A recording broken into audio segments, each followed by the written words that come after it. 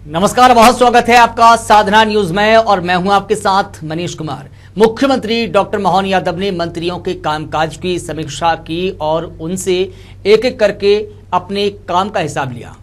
मुख्यमंत्री डॉक्टर मोहन यादव ने मंत्रियों से पूछा कि उनके प्रभार वाले जिलों में कितना काम हुआ है, सरकार की योजनाएं और नीतियां समाज के सबसे निचले स्तर तक कितनी पहुंची है और विभागों की उपलब्धियां क्या रही।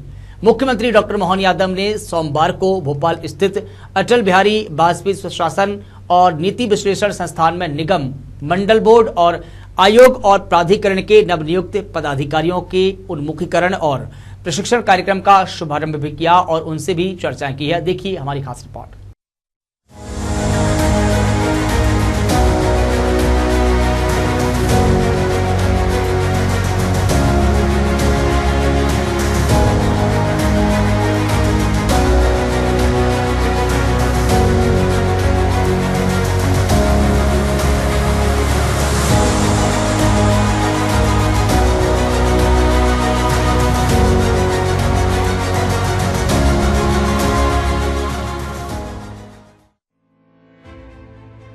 मुख्यमंत्री डॉक्टर मोहन यादव ने अपने निवास पर पार्टी के राष्ट्रीय सह संगठन महामंत्री शिव प्रकाश, प्रदेश प्रभारी डॉक्टर महेंद्र सिंह और संगठन के प्रमुख पदाधिकारियों के साथ 20 मंत्रियों के साथ विस्तृत चर्चा की। बैठक में मंत्रियों के प्रभार वाले जिलों में उनके प्रवास, संगठनात्मक कार्यक्रमों में भागीदारी और संगठन से समन्वय को लेकर विस्तार से चर्चा हुई। बैठक में संगठन की रचना, बैठकों की नियमितता और संगठन के साथ मंत्रियों के तालमेल पर विशेष चर्चा हुई। मुख्यमंत्री डॉक्टर मोहन यादव ने जिलों में स्कूलों, स्वास्थ्य केंद्रों और आंगनबाड़ी सहित प्रदेश की महत्वाकांक्षी योजनाओं की प्रगति की जानकारी ली। सरकार की योजनाओं और नीतियों का जमीनी स्तर पर कितना प्रभाव है, इस पर मंत्रियों से फीडबैक लिया।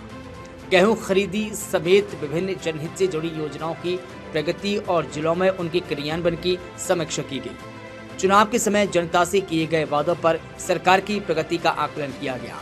मुख्यमंत्री डॉक्टर मोहन यादव ने मंत्रियों से विभागों की उपलब्धियों और अभी तक किए गए कार्यों पर विस्तार से चर्चा की है।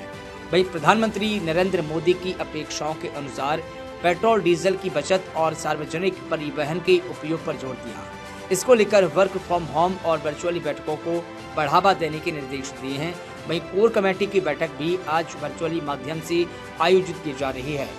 बैठक में संगठन और सरकार दोनों स्तरों पर कार्यों को अधिक प्रभावी और समन्वित बनाने पर जोर दिया गया। वहीं मुख्यमंत्री डॉक्टर मोहन यादव ने सोमवार को भोपाल स्थित अटल बिहारी वाजपेयी स्वशासन और नीति विश्लेषण संस्थान में निगम, मंडल बोर्ड, आयोग और प्राधिकरण के नवनियुक्त पदाधिकारियों के उन्मुखीकरण एवं प्रशिक्षण कार्यक्रम का शुभारंभ किया। यह आयोजन राज्य के इतिहास में एक अनूठी पहल है, जिसमें मंत्री स्तर का दर्जा प्राप्त कुल 63 गैर सरकारी अध्यक्ष और उपाध्यक्षों ने हिस्सा लिया। सामान्य प्रशासन और वित्त विभाग समेत 18 विभागों के वरिष्ठ अधिकारी इस कार्यक्रम में मौजूद रहे। कार्यक्रम में नवनियुक्त नेताओं को प्रशासनिक दायित्वों, वित्तीय प्रबंधन और शासन की नीतियों के बारे में विस्तृत जानकारी दी गई। कार्यक्रम को संबोधित करते हुए मुख्यमंत्री डॉक्टर मोहन यादव ने स्पष्ट संदेश दिया है कि इन पदों का उद्देश्य केवल कुर्सी संभालना नहीं, बल्कि जनता के बीच जाकर काम करना है। उन्होंने पदभार ग्रहण करने के दौरान हाल ही में हुए अनावश्यक शक्ति प्रदर्शन और रैलियों से बचने समेत मंत्रियों और अधिकारियों के साथ बेहतर तालमेल बनाए रखने की सलाह दी है। इस संस्थान के माननीय राजीव दीक्षित जी जिन कामों के आधार पर हम अपने अपने अलग अलग निगम, मंडल, प्राधिकरण, बोर्ड, आयोग में जो जोड़ा गया आपको, मैं आप सबको प्रत्यक्ष आज बधाई दे रहा हूं, आपका अभिनंदन कर रहा हूं।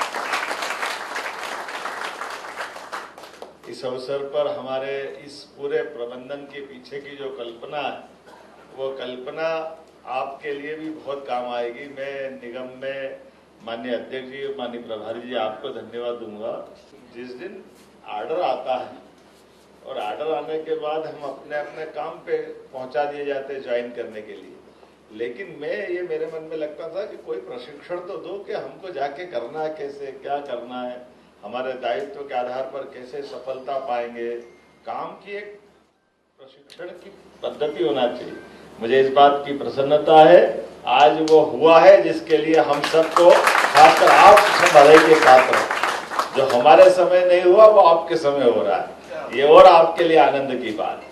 जैसे आपने कहा, ये बात सही है कि हम सब निगम मंडल के अलग अलग दायित्ववान, प्राधिकरण के कोई अध्यक्ष है, कोई उपाध्यक्ष है, कोई सदस्य है, और हमारे में से कई सारे लोग इन सरकारी व्यवस्थाओं के इस तरह के काम करने के लिए भी एक नए दौर में पहुंचे होंगे कि काम को करने के लिए सबसे पहली जो बात माननीय अध्यक्ष जी और माननीय प्रभारी जी ने कही है कि हमारा कॉन्फिडेंस डेवलप करके उस काम के बलबूते पर हमारे लिए जो एक नया अध्याय था, हम उसमें कैसे दक्ष हो।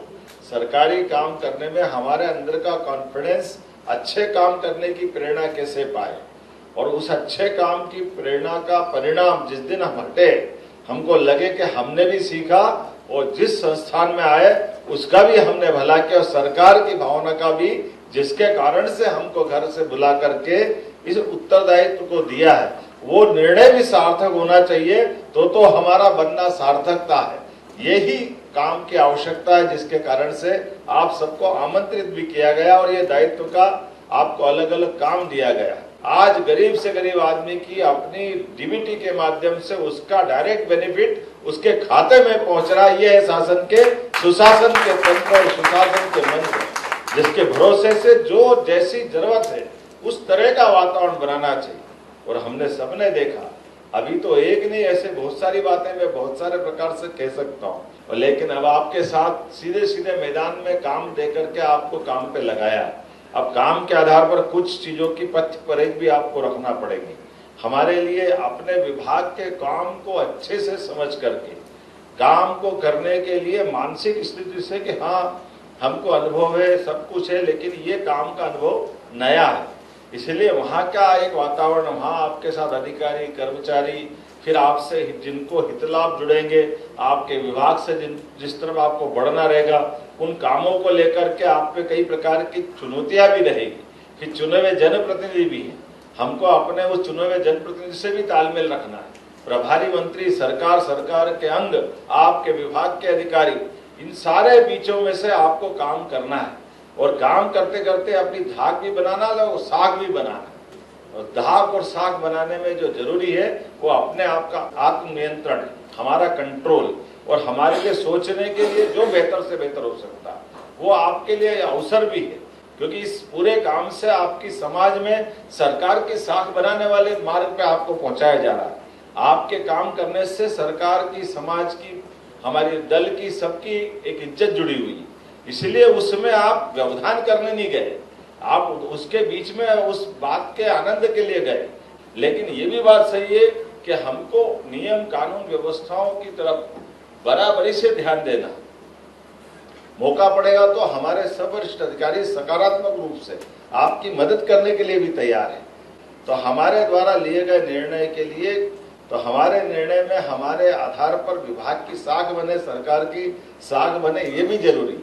और सरकार चूंकि केंद्र में भी हमारी, राज्य में भी हमारी, बाकी प्रबंधन भी हमारा है, तो हमारे इन कामों का, दोनों का, तीनों का सिलसिला बगैर इस तरह की बातों का जिसके कारण से पथ्य परहेज में दिक्कत आती है, आप बचना इन सारी बातों से। तो आज के इस अवसर पर क्या हमारे बीच ये जो अपना प्रशिक्षण का कार्यक्रम उस भावनाओं के हिसाब से हो, ये बात भी सही कि आपके निगम मंडल के सदस्यों का अंदर अभी बनाने का क्रम और जारी रहेगा। ये भी हो सकता है कि आपके यहाँ काम करते करते आपको कल ही बता दें कि अब ये काम नहीं, आपको दूसरा काम दे देंगे, तो उसकी तैयारी भी रखना बिना संकोच। हमको जब भी 24 घंटे कोई को कैसा भी काम मिल सकता है, और काम करते करते किसी से रोक नहीं सकते कि आप ये काम कर रहे हो, अभी आपको ये नहीं करना है। इस सारे सिस्टम के हम एक तरह से इस बात के लिए जीने के लिए तैयार हैं। इन सारी व्यवस्थाओं में सरकार में ये सभी संभावना बनी रहती है। लेकिन मेरी अपनी ओर से आज विक्रम संवत 2083 ये वास्तव में अमृत मास है। आपने सही कहा, ज्येष्ठ मास, खासकर अधिक मास का भी ज्येष्ठ मास ही हमारे लिए और पवित्र पुरुषोत्तम मास है। इस अवसर पर आप अपने दायित्व का निर्वहन इस प्रशिक्षण के बाद सफलता के साथ अपने कार्यक्षेत्र में करेंगे, ये शुभकामना देते हुए मेरी बात समाप्त करता हूँ। भारत माता की